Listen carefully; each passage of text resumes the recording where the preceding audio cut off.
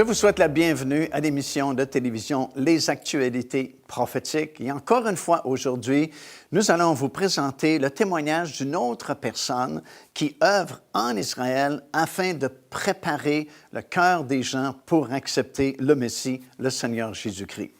Il y a quelque temps passé, nous avions entendu le témoignage d'un frère messianique, un juif messianique qui avait accepté le Seigneur Jésus-Christ, qui avait accepté Jésus comme son Messie, et non seulement qui avait été glorieusement sauvé, mais a ressenti l'appel au ministère et il était devenu un pasteur d'une assemblée à Tibériade, comme nous l'avons entendu.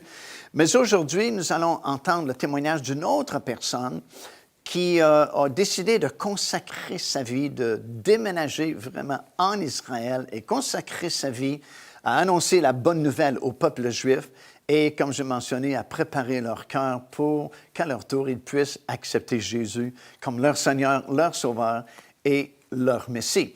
Et c'est vraiment intéressant de voir le travail que cet homme accomplit au travers d'une association qui s'appelle Shalom Israël. Et vous pouvez contacter ce frère et l'association. Vous avez l'adresse courriel qui apparaît au bas de l'écran présentement. Et ce frère œuvre déjà depuis plusieurs années dans le pays d'Israël et a vraiment un témoignage percutant concernant ce qui se passe dans le pays.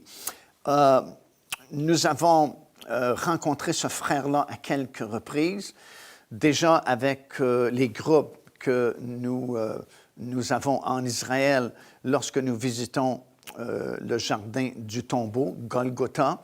Le frère est en charge du côté francophone. Alors, chaque fois que des touristes, des visiteurs d'origine française ou des francophones qui viennent visiter le jardin du tombeau, c'est lui qui s'occupe de nous. Et à chaque fois, on a vraiment été bénis d'entendre son témoignage et l'enseignement aussi de la parole de Dieu qu'il nous a donné, parce que c'est un excellent enseignant de la parole du Seigneur. Et c'est remarquable qu'en Israël, non seulement, comme j'ai mentionné dans des émissions précédentes, il y a de plus en plus de Juifs messianiques, c'est-à-dire de Juifs qui ont reconnu Jésus comme leur Messie, l'ont accepté comme leur Sauveur et leur Sauveur, mais également nous remarquons qu'il y a de plus en plus de ministères de différents pays du monde qui envoient justement des personnes en Israël, et ces personnes-là s'établissent dans le pays, et leur mission, bien sûr, c'est d'annoncer la bonne nouvelle du Seigneur Jésus-Christ à ce peuple-là, le peuple de Dieu, le peuple d'Israël. Nous-mêmes, grâce à Internet et nos émissions de télévision, bien sûr, sont sur différents réseaux de télévision, ce qui nous permet de rejoindre beaucoup de personnes dans la francophonie internationale, notamment en Afrique. Nous rejoignons à peu près tous les pays francophones d'Afrique et même plusieurs de nos émissions sont traduites en plusieurs dialectes pour rejoindre des pays qui sont situés au sud du Sahara. Mais également, nous sommes sur Internet et Internet, il n'y a pas de limite, c'est partout dans le monde. Alors, n'importe qui, dans n'importe quel endroit sur la planète, s'il est branché sur un ordinateur, peut entendre, voir nos émissions de télévision. Et bien sûr, Israël ne fait pas exception et nous sommes vus en Israël par plusieurs personnes qui déjà connaissent l'émission de télévision Les Actualités prophétiques. Et c'est vraiment une grande bénédiction aujourd'hui de pouvoir annoncer la bonne nouvelle, annoncer la parole de Dieu par tous ces moyens techniques que nous avons maintenant à notre disposition. Et c'est vraiment remarquable, alors que vous pouvez être dans un petit appartement, vraiment en train de filmer, en train de prêcher la parole de Dieu, et quelqu'un à l'extrémité de la planète peut vous voir, peut entendre les paroles que vous prononcez et de ce fait être sauvé. Et je crois de tout mon cœur que c'est l'accomplissement d'une grande prophétie que Jésus lui-même nous a laissée dans sa parole. Dans l'Évangile de Matthieu au chapitre 24, il a bien dit « Cette bonne nouvelle du royaume de Dieu sera annoncée à toutes les nations du monde pour leur servir de témoignage, et après quoi viendra la fin. » Et je crois que nous sommes en train d'accomplir cette prophétie-là alors que nous annonçons la bonne nouvelle à toutes les nations pour leur servir de témoignage. Alors écoutons le témoignage de notre frère.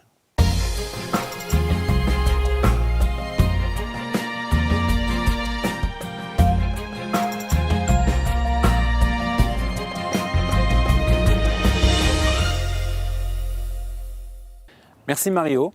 Eh bien, de Jérusalem, je vous adresse un très cordial shalom, chers amis du Québec.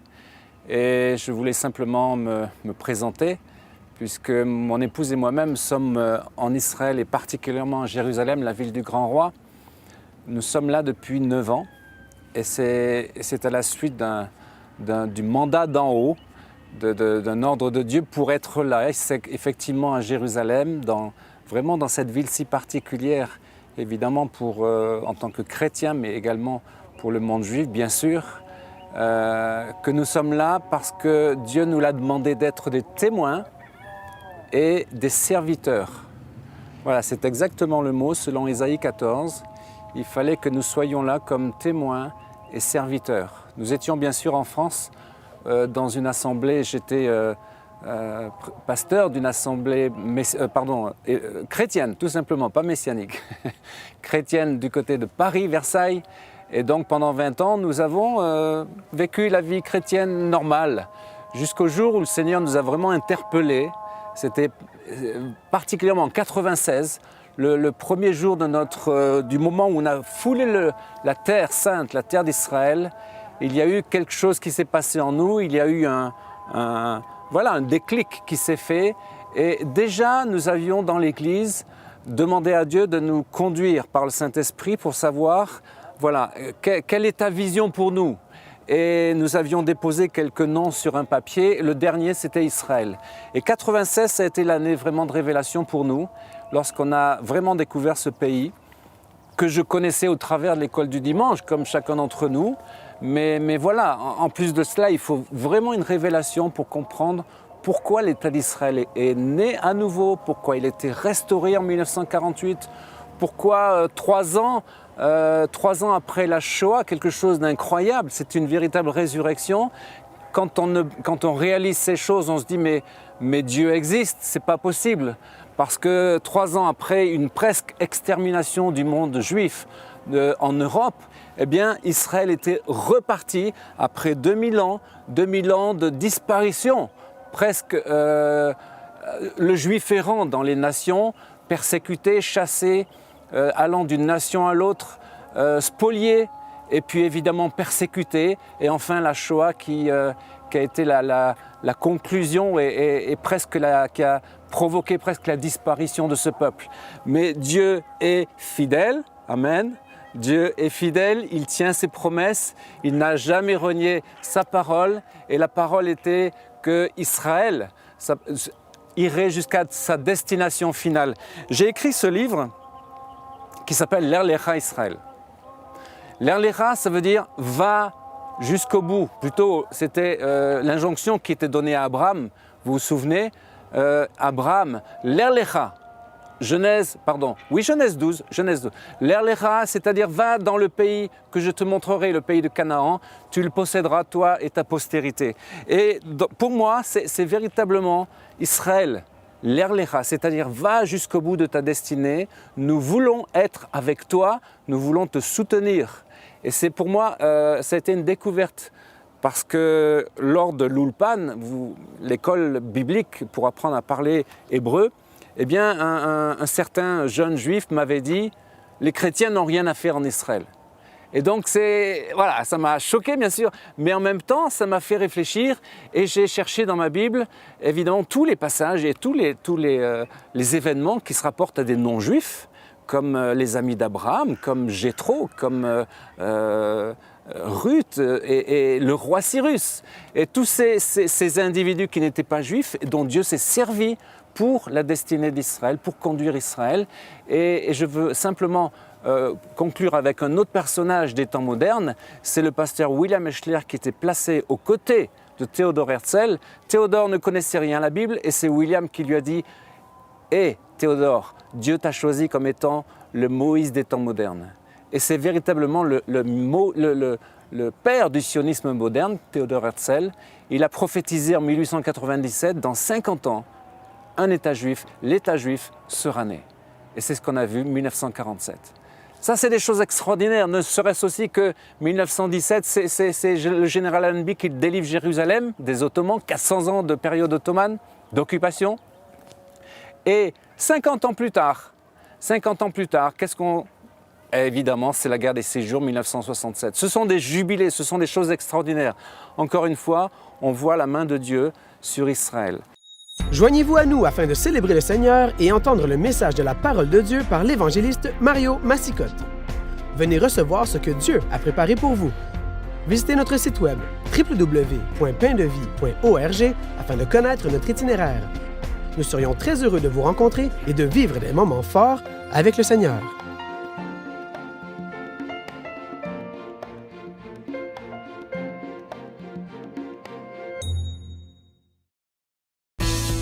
Procurez-vous cet enseignement disponible dès maintenant sur notre site web au www.paindevie.org. En visitant notre boutique web, vous pourrez commander ou même télécharger les enseignements. Vous trouverez aussi plusieurs autres produits contenant des centaines de sujets pour votre édification.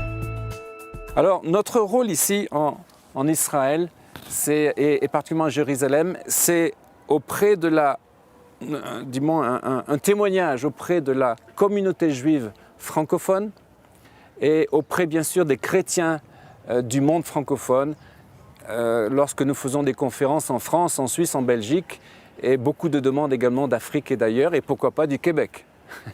Donc voilà, c'est vraiment pour témoigner de ce qui se passe en Israël parce que bien souvent les médias sont trompeurs, la vérité est cachée, la vérité est tordue.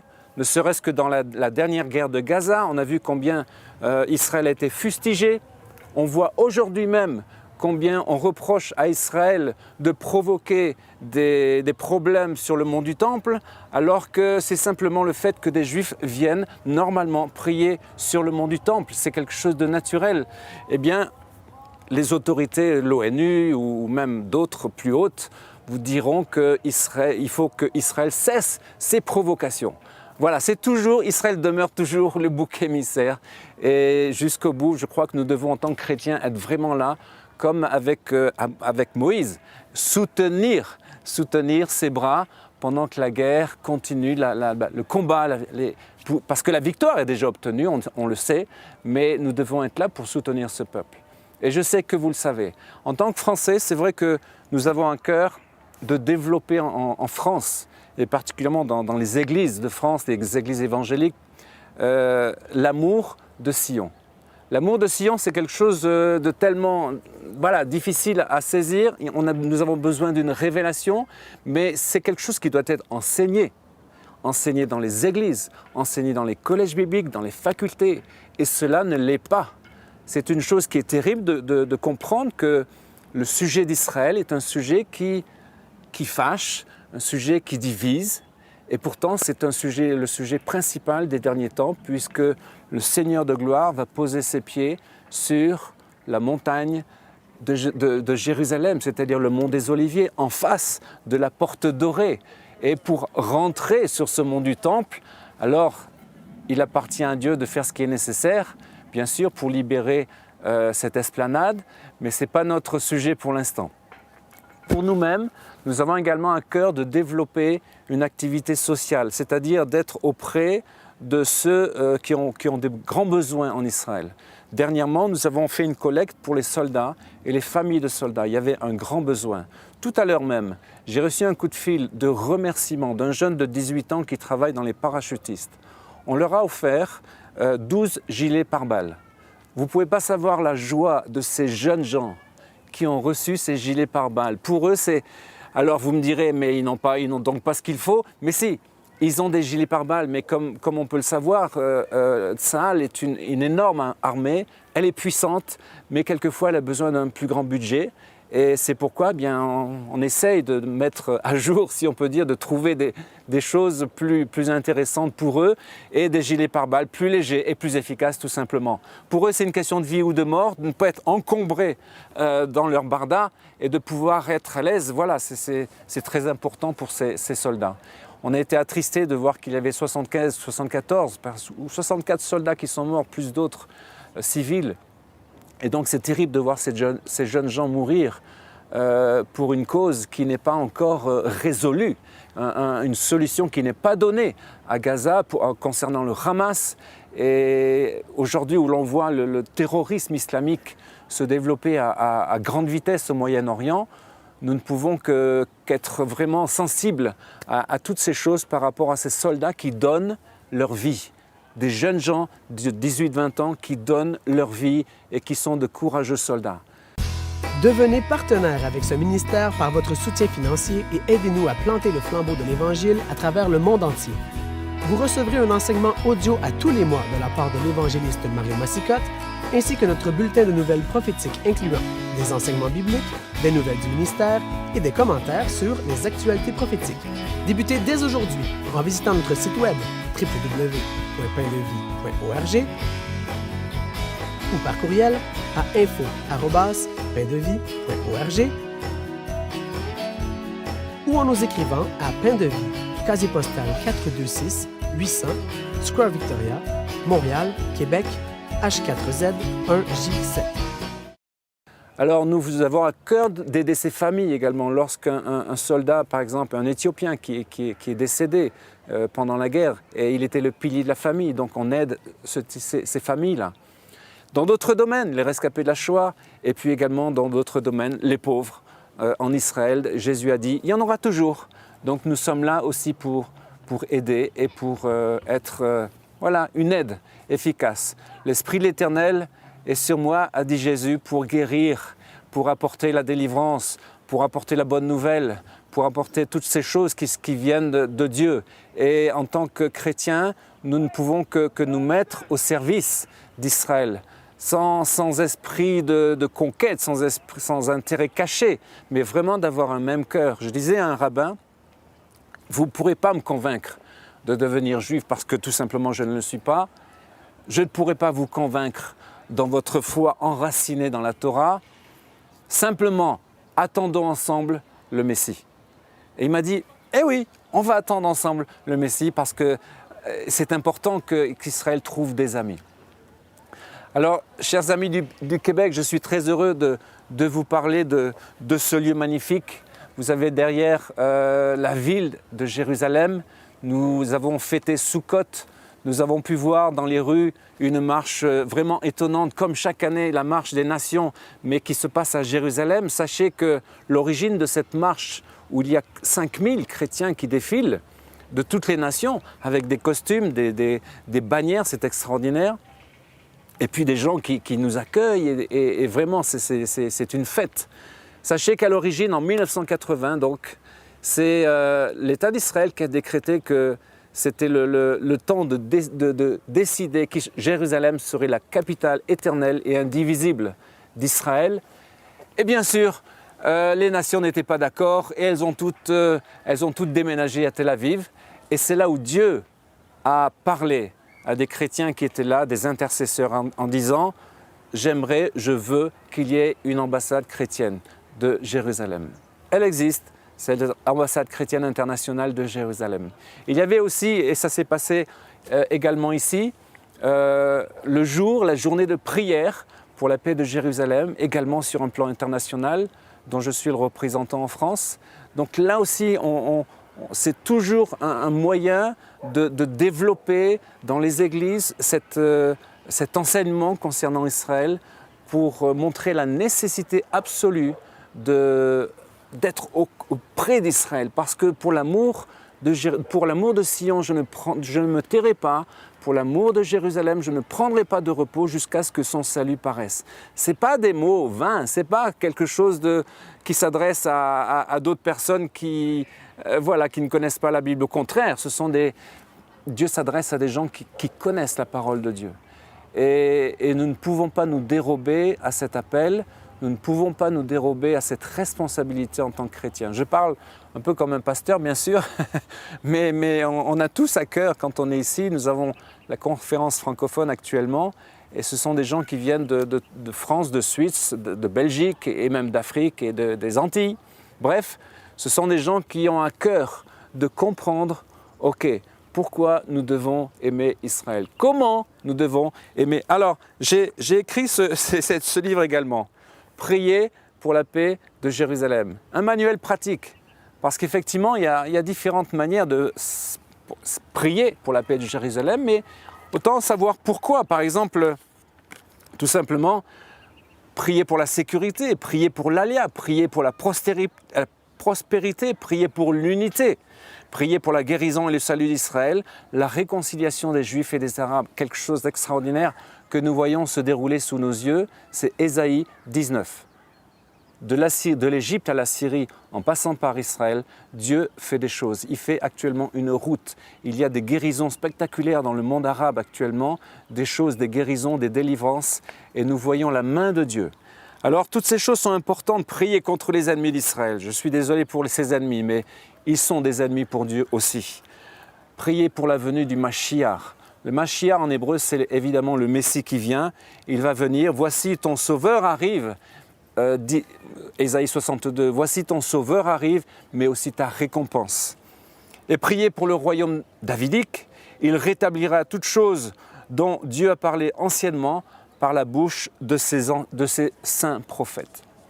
Un dernier livre que j'avais écrit, c'est le Code de Golgotha, parce que c'est quelque chose qui est important. Visitez le jardin de la tombe, je vous y attends, je suis le guide francophone, et j'étais tellement interpellé par ce lieu que j'ai pu écrire ce livre. Le code correspond à quelque chose de très précieux pour moi, qui correspond donc à ce qu'a dit le général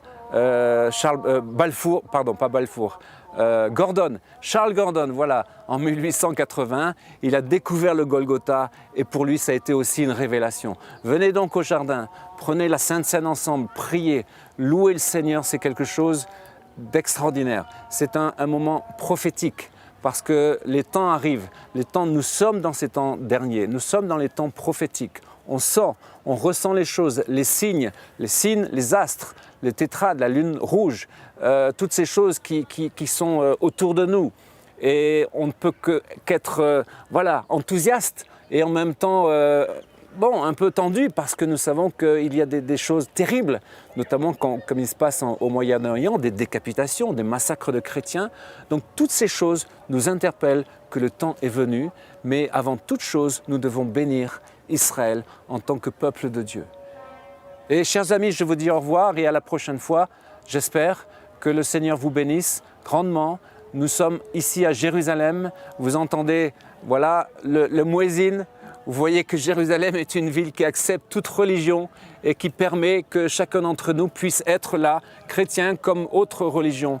Et nous voulons vraiment, je veux vraiment te bénir Seigneur, parce que tu fais de nous des intercesseurs, tu fais de nous des hommes responsables qui sommes aux côtés d'Israël. Tu fais de nous des hommes qui sommes engagés dans ce combat également. Et nous voulons te bénir, Papa, au nom de Yeshua. Amen.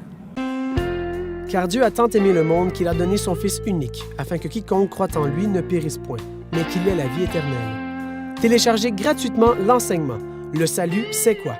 en visitant notre site web www.paindevie.org et recevez la grâce merveilleuse que Dieu vous offre. Alors, nous remercions notre frère Gérald pour ce tel excellent témoignage qu'il nous a laissé. Et encore une fois, vous avez pu constater le travail qu'il accomplit dans le pays d'Israël déjà depuis plusieurs années et comment vous pouvez le contacter aussi. Son adresse courriel apparaît au bas de l'écran. Il œuvre dans cette association qui s'appelle Israël Shalom ou Shalom Israël et c'est vraiment puissant ce qu'il fait là-bas. Et comme j'ai mentionné en début de cette émission, c'est remarquable aussi comment plusieurs ministères de différents pays du monde envoient des personnes en Israël pour témoigner, pour rendre témoignage à la parole de Dieu et annoncer la bonne nouvelle que Jésus est vraiment le Messie qui avait été promis à Israël et qu'en l'acceptant, non seulement nous sommes pardonnés, non seulement nous sommes sauvés, mais notre nom est écrit dans le livre de vie et nous régnerons avec lui pour toujours dans le monde nouveau qu'il vient bientôt. Israël, encore une fois, est en train de vivre les premières gouttes de ce réveil qui a été prophétisé dans la parole de Dieu comme devant se produire à la toute fin, dans les derniers jours. Vous vous souvenez peut-être au cours de ces émissions précédentes, nous étions rendus dans la région de Qumran et nous avions partagé avec vous concernant cette grande prophétie relativement au redressement d'Israël dans les derniers jours, alors que le prophète Ézéchiel avait été transporté en esprit dans cette grande vallée désertique et il avait vu tous ces ossements qui étaient très secs. Et ces ossements représentaient Israël qui avait été dispersé parmi les nations du monde. Mais la parole de Dieu a été adressée au prophète qui a parlé à ces ossements-là. Et ils se sont d'abord rapprochés, première phase de la vision. Puis, soudainement, la chair avait cru sur ces ossements-là qui maintenant avaient formé des squelettes. Et cette deuxième phase-là a été accomplie également lors de la création de l'État d'Israël en 1948. Mais il y a une troisième et dernière phase qui devait s'accomplir et c'était ce grand réveil en Israël qui va permettre un jour à tout Israël d'être sauvé. Et comme on a mentionné précédemment, avant que ce grand et dernier réveil ne se produise, c'est comme si les premières gouttes de cette pluie-là de réveil ont déjà commencé à tomber en Israël sur le peuple juif. Et grâce à la prédication de la parole de Dieu qui pénètre de plus en plus dans le pays, il y a plus en plus de gens qui entendent la bonne nouvelle. Et la Bible dit, la foi vient de ce qu'on entend et ce qu'on entend vient de la parole du Seigneur. Alors, plus il y a de gens qui entendent la prédication de la parole de Dieu, plus il y a de gens qui peuvent accepter et être sauvés. Vous savez, autrefois, c'était très difficile de prêcher la parole de Dieu en Israël. C'était même interdit de prêcher le salut en Jésus-Christ, sous peine d'arrestation. Et s'il y avait des gens du pays, des Juifs, qui acceptaient publiquement le Seigneur Jésus-Christ comme leur Seigneur Sauveur et leur Messie, ils étaient forcés de quitter le pays. Ils étaient tout simplement expulsés du pays. Ils perdaient la plupart du temps leur travail, leur emploi. Souvent, ça créait une division définitive dans leur propre famille. On avait entendu le témoignage d'un pasteur messianique également, il y a quelques années passées, qui était venu nous rejoindre pour une conférence qu'il nous avait donnée dans une salle d'un des hôtels où on résidait en Israël, qui nous avait raconté son témoignage et il nous avait dit qu'il était dans une famille juive orthodoxe qui suivait vraiment rigoureusement la loi de l'Ancien Testament. Et lorsqu'il avait connu son Messie, parce qu'il avait eu une vision une nuit, et le Seigneur Jésus lui était apparu et lui avait dit qu'il était le Messie et qu'en l'acceptant, il serait sauvé et pardonné. Ce qu'il a fait, il a raconté la chose à ses parents qui non seulement l'ont mis à la porte, mais ils ont célébré un service funèbre en disant « Notre fils est mort, non seulement il est expulsé de notre maison, mais pour nous, nous considérons qu'il est mort à tout jamais. » Ils ont même fait un service funèbre pour dire « C'est terminé, nous n'avons plus de fils. » Alors aujourd'hui, ça a beaucoup changé. Et c'est pourquoi on constate que les pluies ou les gouttes de la pluie de la fin sont en train de tomber sur le pays et de plus en plus des gens acceptent le Seigneur en Israël.